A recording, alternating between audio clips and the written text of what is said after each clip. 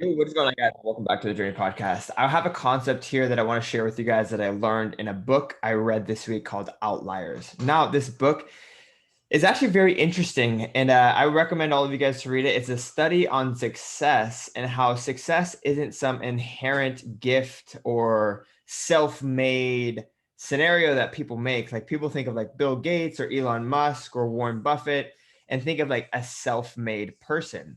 But this book talks about how success is actually it's actually a series of advantageous steps that stack up to lead exponential results. And what I mean by that is that Bill Gates wasn't just successful because he built Microsoft, but he was successful because he was born in a generation that was on the cusp of technological revolutions, like the computer, for example. He was born in a city that actually had access to computers and in a high school that gave him access to computers. He also had just many more like very small, insignificant advantages that eventually compiled and exponentially resulted in his success.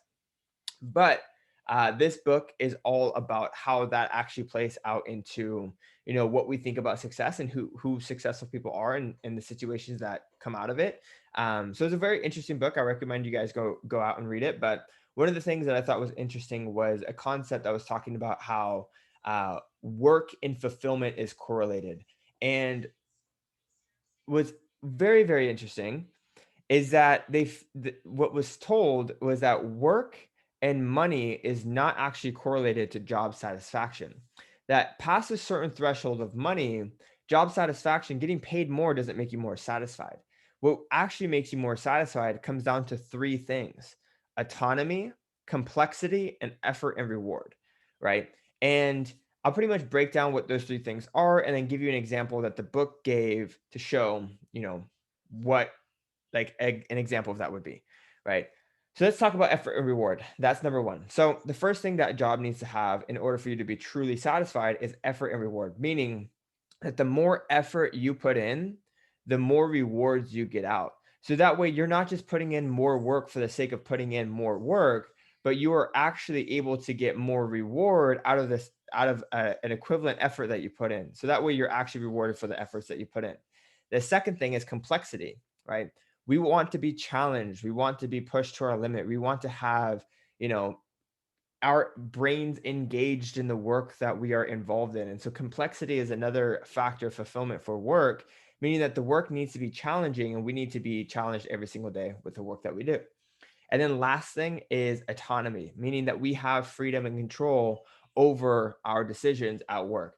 Meaning that could be anything like we get to choose the projects we want to work on, we get to choose how we want to do it, we get to choose when we want to work, where we want to work, having the freedom to make these choices all on our own.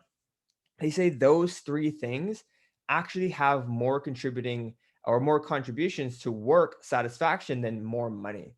And I'll give you an example that the book gave, right? Imagine a toll booth worker that's making $100,000 a year, right? So you're making a six-figure salary, but there's no effort reward, meaning that the more effort you put in, you're not going to get any more reward out of it. There's no complexity. All you're doing is pressing a button all day and you're stuck in a booth all day. And there's no autonomy, meaning that you don't have the freedom to come in and go when you want. You don't have the freedom to work anywhere. You have to be at a certain spot.